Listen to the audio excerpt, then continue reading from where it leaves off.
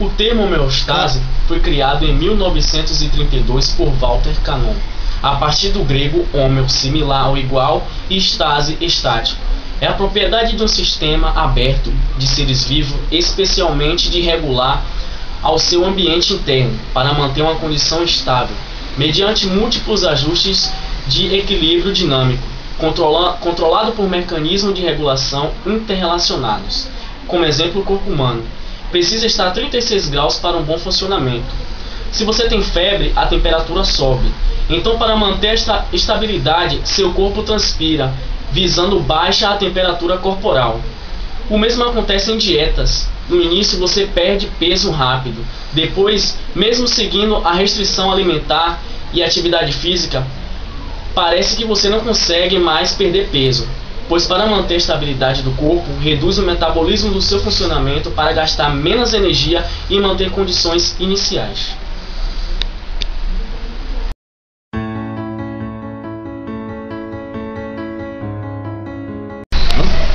Quando ocorre a mudança de uma variável, o sistema pode reagir seguindo dois tipos de feedback. O feedback negativo é a reação pela qual o sistema responde de modo a reverter a direção da mudança, dando a entender a manter estáveis as variáveis, permite a manutenção da homeostase. Por exemplo, quando a concentração corporal de dióxido de carbono aumenta, os pulmões são estimulados a aumentar sua atividade e expelir mais dióxido de carbono. A termorregulação é outro exemplo de feedback negativo. Quando a temperatura corporal sobe ou desce, receptores na pele ou no hipotálamo sentem a alteração, desencadeiam uma ordem ao cérebro que dá início a uma reação no sentido de gerar ou libertar o calor conforme seja o caso. No feedback positivo, a resposta amplifica a mudança da variável. Isso tem um efeito desestabilizador, pelo que não contribui para a homeostase. O feedback positivo é menos comum nos sistemas naturais do que o feedback negativo, mas tem as suas amplificações. Por exemplo, os nervos, um potencial elétrico limite desencadeia a geração de um potencial de ação muito mais elevado. Os outros eventos de feedback positivo são a coagulação do sangue e vários eventos na gestação. Por isso, o feedback positivo está sempre acoplado a feedback negativo.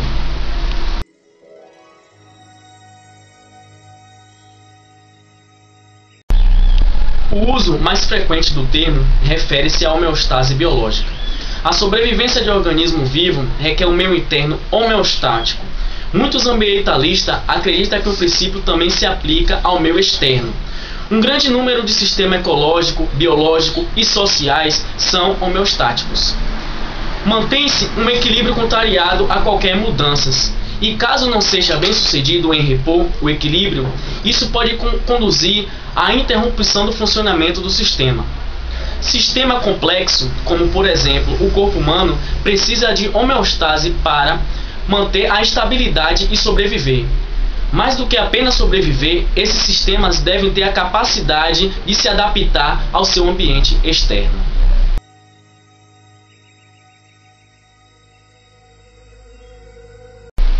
Na sua hipótese de Gaia, James Lovelock afirma que toda a massa de matéria viva na Terra ou em qualquer outro planeta com vida funciona como um vasto organismo que ativamente modifica o seu planeta para produzir um ambiente que melhor serve às suas necessidades. Sob este ponto de vista, o planeta inteiro mantém homeostase. Se um sistema desse tipo ocorre ou não na Terra, ainda é um assunto de debate. Contudo, alguns mecanismos homeostáticos relativamente simples são aceitos na generalidade.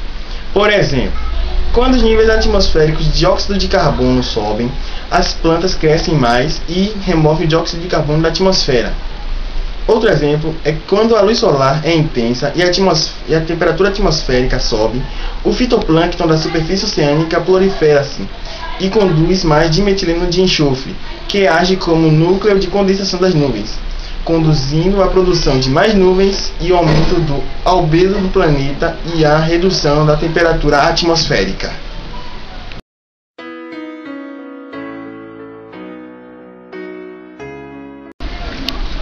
A capacidade de sustentar a vida dos fluidos do corpo humano é afetada por todo um leque de fatores, como a temperatura, a salinidade, o pH, outras concentrações de nutrientes, como a glicose, vários íons, oxigênio e resíduos. como o dióxido de carbono e a ureia. Dado que estes fatores afetam as reações químicas que mantêm o corpo vivo, este inclui mecanismos fisiológicos para os manter dentro dos limites desejáveis. Exemplos: regulação térmica.